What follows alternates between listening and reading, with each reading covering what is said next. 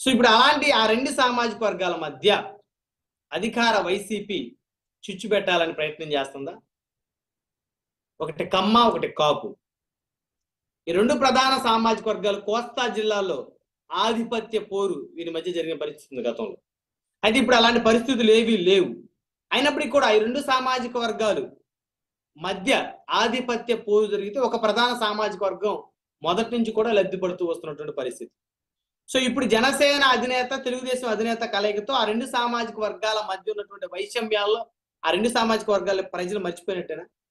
నిన్న బందర్ పార్లమెంట్ లో ప్రచారం సంబంధించి జనసేన అధినేత, తెలుగుదేశం అధినేత ఇద్దరు ఒకే ప్రచార రథం మీద ప్రజలకు అభివాదం చేస్తుండటం అయితే ఖచ్చితంగా ఆ రెండు వర్గాల మధ్య ఎలాంటి వైషమ్యాలు లేనట్లే కనపడతాం. మరి అధికార వైసీపీ ఈ రెండు వర్గాల మధ్య మళ్ళీ చిచ్చు పెట్టాలనేటువంటి కుట్ర ఏదైతే ఉందో మరి దానికి తెరతీస్తుందంటూ టీడీపీ, జనసేన నేతలు ఆరోపిస్తా ఉన్నారు. మొత్తాన్ని చూస్తే ఓట్లు ట్రాన్స్ఫర్ అయ్యేటువంటి పరిస్థితి ఏ మేరకు ఉంటుంది? ఖచ్చితంగా ఓటు బదిలీ తెలుగుదేశం జనసేనకి, జనసేనకి తెలుగుదేశంకి. అదేవిధంగా ప్రత్యేకించి చెప్పాలంటే ఇప్పుడు చెప్పుకున్నటువంటి రెండు సామాజిక వర్గాల ఓట్లు పూర్తి స్థాయిగా ఒకరికొకరు బదిలీ అయ్యేటువంటి పరిస్థితి ఉంటేనే కూటమి అధికారంలోకి వచ్చేటువంటి పరిస్థితి ఉంటుంది. ఎందుకంటే తెలుగుదేశంలో ఉన్నటువంటి అంటే బీసీ కానీ, ఎస్సీ సామాజిక వర్గాలు కానీ, జనసేనలో ఉన్నటువంటి బీసీ కానీ, ఎస్సీ, ఎస్టీ సామాజిక వర్గాలు కానీ ఖచ్చితంగా ట్రాన్స్ఫర్ అవుతుంది. కానీ ఈ రెండు పార్టీలకు సంబంధించి ఆయా ప్రధాన సామాజిక వర్గాల ఓట్లు ట్రాన్స్ఫర్ అవ్వటమే ఇప్పుడు కత్తి మీద సాము. ఈ ఓట్లు కనుక ట్రాన్స్ఫర్ అయితే ఖచ్చితంగా 2014 సీన్ అయితే 24లో రిపీట్ అవుతుంది అని చెప్పుకోవటం ఎలాంటి అతిశయోక్తి లేదు. మరి ఈ ఓట్లు ట్రాన్స్ఫర్ అయ్యే పరిస్థితి ఉంటుందా లేదా అనే అంశాలు చర్చిద్దాం. ఇదే వాళ్ళ హాట్ టాపిక్. ఈ హాట్ టాపిక్ లో మనతో పాల్గొనడం కోసం సయ్యద్ రఫీ గారు, తెలుగుదేశం పార్టీ సీనియర్ నాయకులు, రాష్ట్ర అధికార ప్రతినిధి మనతో జూమ్ కాల్ అందుబాటులో ఉన్నారు.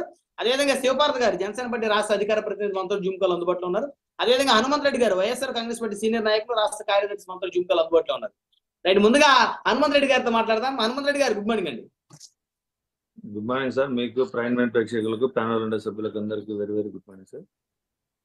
ఏంటి హనుమంత్ రెడ్డి గారు, ప్రధానంగా ఓటు ట్రాన్స్ఫర్ కి సంబంధించి రెండు ప్రధాన సామాజిక వర్గాలు తెలుగుదేశం, జనసేనలో ఏ మేరకు ఓట్లు ట్రాన్స్ఫర్ అవుతాయి అనుకోవచ్చు? ఎందుకంటే వారి మధ్య ఆధిపత్య పోరు మళ్ళీ చెలరేగితే ఖచ్చితంగా అది మొదటి నుంచి ఎవరికి లబ్ధి చేకూరుతూ వస్తుందో అనేది కూడా అందరికీ తెలిసినటువంటి అంశమే. సో మళ్ళీ దానికోసం ఏమైనా వైసీపీ ప్రయత్నం చేస్తుందా? 170 సీట్లలో 3వ వంతు సీట్లు పోటీ చేస్తానని చెప్పిన పవన్ కళ్యాణ్ గారు 58 సీట్లలో పోటీ చేస్తానని చెప్పి గాయత్రి మంత్రం చెప్పించి 24 సీట్లు అని చెప్పి మళ్ళా 21 సీట్లకు కుదించి అందులో సగం తెలుగుదేశం పార్టీ నుంచి వచ్చిన వాళ్లకు సీట్లు ఇచ్చిన వ్యక్తి పవన్ కళ్యాణ్ గారు.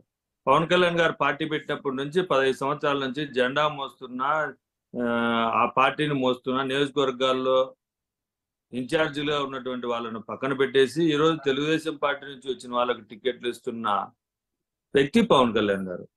ఎలా ఓటు ట్రాన్స్ఫర్ అవుతుంది? వాళ్ళు ఏమంటున్నారు, జనసేన కార్యకర్తలు ఏమంటా ఉన్నారు, మేము ఏదో ఇన్ని రోజుల నుంచి కష్టపడి పనిచేస్తా ఉంటే ఈరోజు తెలుగుదేశం పార్టీ నుంచి వచ్చిన వాళ్ళకు టికెట్లు ఇస్తా ఉన్నారు. ఏ విధంగా మనం పవన్ కళ్యాణ్ సీఎం కావాలని మేము అనుకుంటా అంటే పవన్ కళ్యాణ్ గారు ఏమో చంద్రబాబు సీఎం కావాలనుకుంటారు. కాబట్టి జనసేన నాయకులు, కార్యకర్తలు ఓట్లు వేసే పరిస్థితి వాళ్ళ దగ్గర లేదు. మరి చంద్రబాబు నాయుడు గారి పరిస్థితి చెప్దామా? ఆయన ఏం చెప్తున్నాడో, ప్రజలకు ఏం చెప్పాలనుకున్నాడో చెప్పలేని పరిస్థితుల్లో, దీనావస్థలో చంద్రబాబు నాయుడు గారు ఉన్నారు.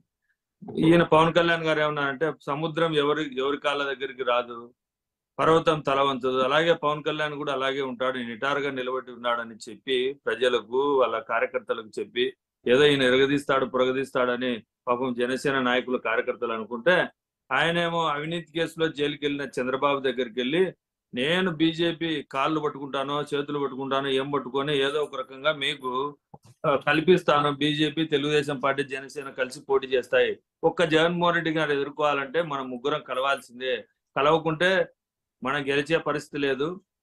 గతంలో 2019 ఎలక్షన్లలో మనకు వచ్చిన ఓట్లు తెలుగుదేశం పార్టీకి కానీ, జనసేనకు కానీ, బీజేపీకి కానీ 3 కలిస్తే గెలుస్తామని ఏదో పెద్దలను ఒప్పించి వచ్చారు. ఇక్కడికి వచ్చేసరికి తీరా ప్రజల్లోకి వచ్చేసరికి వాళ్లకు ఎదురుదెబ్బలు తగులుతా ఉన్నాయి. పవన్ కళ్యాణ్ సాక్షాత్తు పవన్ కళ్యాణ్ గారు నేను సినిమా హీరో, నన్ను ప్రపంచంలోని అన్ని దేశాలు పిలుస్తా ఉంటాయి, నన్ను ప్రచారం చేయమని చెప్పిన పవన్ కళ్యాణ్ గారు అక్కడ పిఠాపురంలో వర్మ నాకు చేస్తేనే నేను గెలుస్తాననే దీనావస్థలో ఉన్నాడు. ఒక పార్టీ నాయకుడు, 15 సంవత్సరాల నుంచి పార్టీ నాయకుడు అంటే ఆ పార్టీలో యొక్క చరిత్ర ఏ విధంగా ఉందో ప్రజలకు అందరూ గమనిస్తా ఉన్నారు. జగన్మోహన్ రెడ్డి గారు నేను ఇది చేశాను 2019 నుంచి 2024 వరకు, నేను ఇంగ్లీష్ మీడియం కానీ స్కూళ్ళను అభివృద్ధి చేయను కానీ అమ్మఒడి కానీ మేము చేసిన అభివృద్ధి కార్యక్రమాలు అన్ని చెప్పి ఓట్లు అడుగుతా ఉన్నాం. మేమిచ్చే అభివృద్ధిలోని మేమిచ్చే సంక్షేమ కార్యక్రమాలు మేము కూడా చేస్తామని చెప్పుకొని తిరుగుతున్నటువంటి పవన్ కళ్యాణ్ గారు కావచ్చు, లేకుంటే చంద్రబాబు నాయుడు గారు, లేకుంటే బీజేపీ పెద్దలు కావచ్చు, వీళ్ళు ఏం చెప్పుకొని గతంలో మా పరిపాలన, నేను 14 సంవత్సరాలు ముఖ్యమంత్రిగా పనిచేశాను, ఒక్క సంక్షేమ కార్యక్రమం కూడా నెరవేర్చలేకపోయాను, జగన్మోహన్ రెడ్డి గారు చేస్తున్న సంక్షేమ కార్యక్రమాలు కానీ వాలంటీర్ వ్యవస్థ కానీ సచివాలయ వ్యవస్థ చాలా గొప్పది అని చెబుతున్నాడు, కితాబిస్తున్నాడు. అన్ని రాష్ట్రాల ముఖ్యమంత్రులు కూడా జగన్మోహన్ రెడ్డి గారి పరిపాలనను ఫాలో అవుతున్నారు అని అంటే జగన్మోహన్ రెడ్డి గారు మంచి చేసినట్టే కదా. మేము అదే చెప్తా ఉన్నాం, మేము మంచి చేస్తేనే ఓటేమని అడుగుతాను. వాళ్ళు ఏం చెప్తున్నారో కూడా ఇంతవరకు కూడా వాళ్ళ దగ్గర క్లారిటీ లేదు. ముగ్గురు కలిసి సభలు పెట్టుకునే పరిస్థితి కూడా లేదు. సాక్షాత్ ప్రధానమంత్రి గారిని ఈ రాష్ట్రానికి తీసుకొని వచ్చి సభలో ఫెయిల్యూర్ చేసిన వ్యక్తులు వాళ్ళు, కనీసం బొకే శాలువ కూడా కప్పే పరిస్థితులు కూడా లేరు అని అంటే వాళ్ళ యొక్క సమన్వయ లోపం అంటామా, లేకుంటే వాళ్ళు ఇంకే ఏమంటామా, వాళ్ళ విజ్ఞతకే వదిలేయాలి. మళ్ళా వాళ్ళ సభలో జరిగిన దానికి కూడా వైఎస్ఆర్ కాంగ్రెస్ పార్టీకి ముడి పెడతారు. ఇది వాళ్ళ ఆలోచన విధానం. వాళ్ళు గతంలో కూడా ఇలాంటి ఆలోచన విధానాలతోనే వాళ్ళు ఉన్నారు. ప్రజలు సహకరించే పరిస్థితి లేదు, దేవుడు కూడా వాళ్ళని ఆశీర్వదించే పరిస్థితి లేదు. ఎందుకనంటే వాళ్ళ కుట్రలు కుతంత్రాలతో చంద్రబాబు నాయుడు గారు ఉన్నారని, చంద్రబాబు నాయుడు గారు కుట్రలు కుతంత్రాలతోనే బతుకుతున్నాడని గతంలోనే పవన్ కళ్యాణ్ గారు చెప్పారు.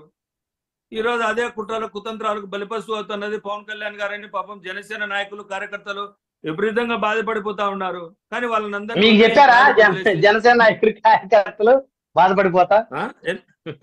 అదే ఇప్పుడు గ్రేట్ ఆంధ్ర సర్వేలో జనసేన సైనికుల యొక్క ఆలోచన, జగన్ అంటే నాకు ఇష్టం లేదు, కానీ ఈ మధ్య రాజకీయ నాయకుడిగా అతనంటే గౌరవం కలుగుతోంది. ఎందుకంటే మందు నుంచి సోలోగా పోరాడుతున్నాడు, పొత్తులు పెట్టుకోలేదు, అలాంటి వాడు వెనకే జనం ఉంటున్నారేమో అనిపిస్తోంది.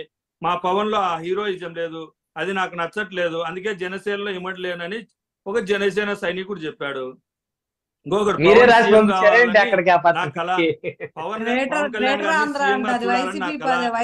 కొన్నేళ్లుగా జనసేన జెండా మోస్తున్నాను, ఇంకా అలసిపోయాను, టీడీపీ జెండా, బీజేపీ జెండా, సిపిఐ సిపిఎం జెండాలన్నీ మోయమని చెప్తున్నాడు పవన్ కళ్యాణ్. ఈ పొత్తు గెలిచినా పవన్ సీఎం అవ్వడం జరిగే పని కాదు. అయినా కేవలం 21 అసెంబ్లీ 2 పార్లమెంట్ స్థానంలో పోటీ చేసేంత చిన్న పార్టీలో మానసికంగా ఇమ్మడలేకపోతున్నాను, పార్టీకి రాజకీయాలు గుడ్ బై చెప్తున్నాను మరో జనసేన నాయకుడు చెప్తా ఉన్నాడు. ఇది జనసేన నాయకుల ఆవేదన. ఏందనంటే ఎందుకు పోటీ చేస్తున్నాం, మనము ఈ రాష్ట్రాన్ని మారుస్తామని, గతి మారుస్తామని చెప్పి అతి గతి లేకుండా పోయినటువంటి వాడు పవన్ కళ్యాణ్ గారు అనే విషయం వాళ్ళ నాయకులు వాళ్ళ కార్యకర్తలే చెప్తా ఉన్నారు. చంద్రబాబు నాయుడు గారు అయితే నేను ఈ రాష్ట్రాన్ని 14 సంవత్సరాలు పరిపాలించాను, నా పరిపాలన తిరిగి కొనసాగిస్తానని చెప్పుకోలేని దీనావస్థలో పవన్ కళ్యాణ్ గారు. నేను ఇది చేస్తానని చెప్పుకునే బీజేపీ పార్టీ, దేశంలోని అతిపెద్ద పార్టీ అయినటువంటి బీజేపీ పార్టీ 1% కూడా ఓట్లు లేని వాళ్ళు 10 స్థానాల్లో 6 పార్లమెంట్ స్థానాల్లో పోటీ చేస్తున్నారు. వాళ్ళలో కూడా బీజేపీ పార్టీలో కూడా ఫ్లయింగ్ స్క్వాడ్ మాదిరిగా, అంటే వచ్చిన వాళ్ళు తెలుగుదేశం పార్టీ నుంచి ఇంకొక పార్టీల నుంచి వచ్చిన వాళ్ళకి మాత్రం టికెట్లు ఇవ్వడం జరిగింది. సాంప్రదాయంగా బీజేపీ పార్టీలో ఎప్పటి నుంచో జెండాలు మోస్తున్న వాళ్ళకి కూడా ఇవ్వలేదు టికెట్లు. ఇది వాళ్ళ పార్టీలలో ఉండే పరిస్థితి. జగన్మోహన్ రెడ్డి గారు తను నమ్ముకున్న నాయకులను జడ్పీ చైర్మన్లుగా, ఎంపీ మున్సిపల్ చైర్మన్లుగా, మేయర్లుగా, ఎమ్మెల్సీలుగా, ఎమ్మెల్యేలుగా, ఎంపీలుగా నిలబెట్టిన వ్యక్తి. తన వెంట నడిచిన వర్గాల్ని, బీసీ ఎస్సీ ఎస్టీ వర్గాలను అన్నిటి 50% రిజర్వేషన్ కల్పించి, దాంట్లో మహిళలకు కూడా 50% రిజర్వేషన్ కల్పించి సామాజిక న్యాయం చేస్తున్నటువంటి గాంధీ కలలు కన్నా గ్రామ స్వరాజ్యాన్ని తీసుకొని వచ్చి అంబేద్కర్ గారి విధానాలను ప్రజల్లోకి తీసుకెళ్లి దాంట్లను సార్థకత చేస్తున్నటువంటి వ్యక్తి జగన్మోహన్ రెడ్డి గారు. వాళ్ళకు ఖచ్చితంగా ప్రజా చట్టసభల్లో గౌరవం కల్పించాలా, వాళ్ళకి సీట్లు ఇవ్వాలనుకున్న వ్యక్తి జగన్మోహన్ రెడ్డి గారు. బీసీ సాధికారత సాధించిన వ్యక్తి జగన్మోహన్ రెడ్డి గారు. ఇలా మేము చెప్పుకుంటున్నాం, వాళ్ళు ఏం చెప్పుకొని ఓట్లు అడగాలో అడిగే పరిస్థితిలో వాళ్ళు లేరని చెప్తా ఉండా. రాష్ట్ర ప్రయోజనాల కోసం, రాష్ట్రాన్ని రావణ కష్టం కాకుండా చూడటం కోసం ఈసారి కూటమికి ఓటేయండి అని చెప్పేసి అడుగుతా ఉన్నారు. నేనేమంటా అంటే ఎక్కడ రావణ కష్టం అయిందో చెప్పాలా. ఊరికేదో పొద్దు ఒక యాస ఉంది, ప్రాస ఉంది, గ్లాస్ పగిలింది, పదునెక్కుతుంది, సైకిల్ దూసుకుపోతుంది, ఇలాంటి యాస ప్రాసలతో సినిమా డైలాగులు చెప్తే ప్రజలు ఓట్లేరు. వాళ్ళ కళ్ళ ముందర Hmm. అభివృద్ధి కనిపిస్తా ఉంది, సంక్షేమం కనిపిస్తా ఉంది. ప్రజల్లోకి వెళ్తా ఉంటే ప్రతి వాళ్ళు మేము జగన్మోహన్ రెడ్డి గారికి ఓటేస్తామని మమ్మల్ని ఆశీర్వదిస్తా ఉన్నారు. వాళ్ళకి ఎక్కడైనా చంద్రబాబు ఓటేయాలని ఒక్క కారణం చెప్పమని చెప్పండి. చంద్రబాబు నాయుడు గారికి ఈ ఓటు ఇందుకు వేయాలి, ఈ రాష్ట్రాన్ని గతంలో పరిపాలించాడు, ఈ విధంగా చేశాడని ఒక్క మాట చెప్పమని చెప్పండి. పవన్ కళ్యాణ్ గారు ఏం చెప్తారు? అవినీతి లేని ప్రభుత్వం తీసుకొస్తా అని అంటాడు. అవినీతి లేని ప్రభుత్వం అని చెప్పి అవినీతిలో నీరో చక్రవర్తి అయినటువంటి చంద్రబాబు నాయుడు గారి జైలుకి వెళ్ళి పరామర్శించి నేను మీతో పాటే ఉంటానంటే దేనికి సంకేతం అంటున్నా? మనం ప్రజలకు ఏం చెప్తున్నాం, మనం నాయకులతో ఏం మాట్లాడిస్తున్నాం, ఇది కదా ప్రజలు ఆలోచన చేసేది. గతంలో మనం ఏం మాట్లాడాం అనేది ప్రజల మస్తిష్కంలో ఉంది.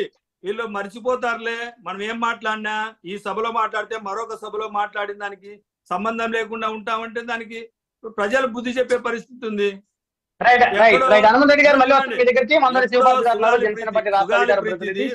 పదిహేడులో చంద్రబాబు నాయుడు గారి హయాంలో జరిగితే ఆయన ఈ రోజు ప్రశ్నిస్తాడు.